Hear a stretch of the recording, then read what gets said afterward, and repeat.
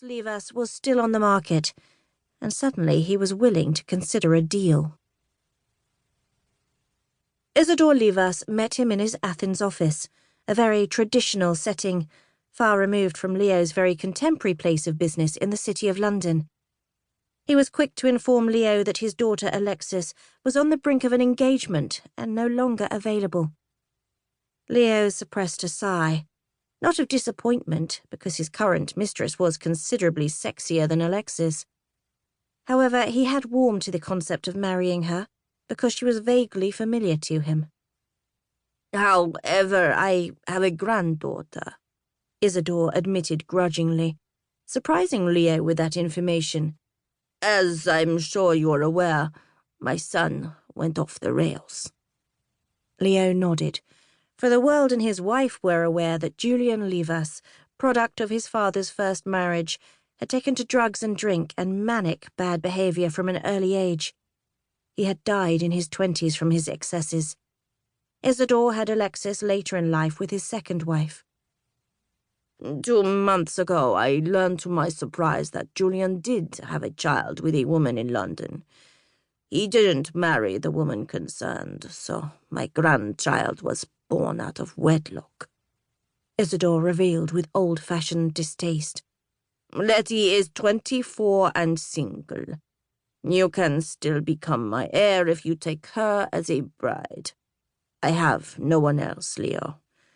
Alexis's chosen husband is a television presenter with no interest in taking over my business, and I would very much like to retire." "And this Letty?" Leo questioned with a frown, for he considered it an ugly name. The older man grimaced.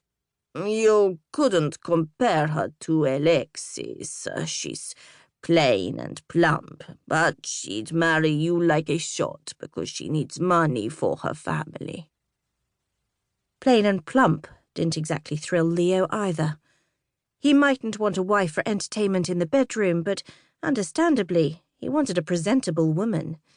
His black brows drew together in complete puzzlement. "Why aren't you helping her family?" The expression on Isidore's thin face shuttered. "She approached me for help, but as far as I'm concerned, if my son wasn't prepared to marry her mother, I shouldn't be expected to provide for their child, now that the girl's an adult." "And yet you're willing to make this girl your heiress," Leo remarked wryly. "If she marries you, that's different. She has Levis blood in her veins, and I will accept her then. But she's low-born," Isidore murmured broodingly. "She doesn't speak Greek. She has not been raised with our traditions, and you may not find that palatable. She works as a care assistant in a home for the elderly."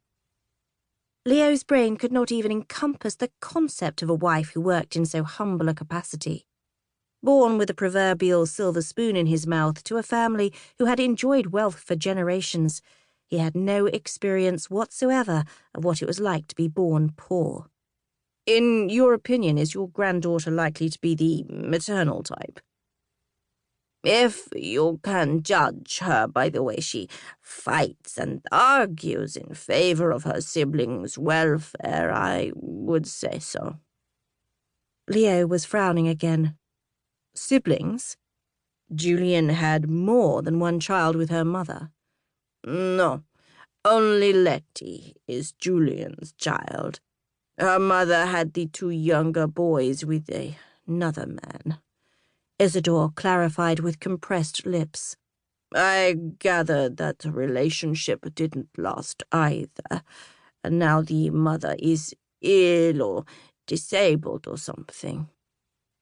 "Tell Letty what I have to offer, and send her to me," Leo advised with all the arrogance of his wealthy forebears.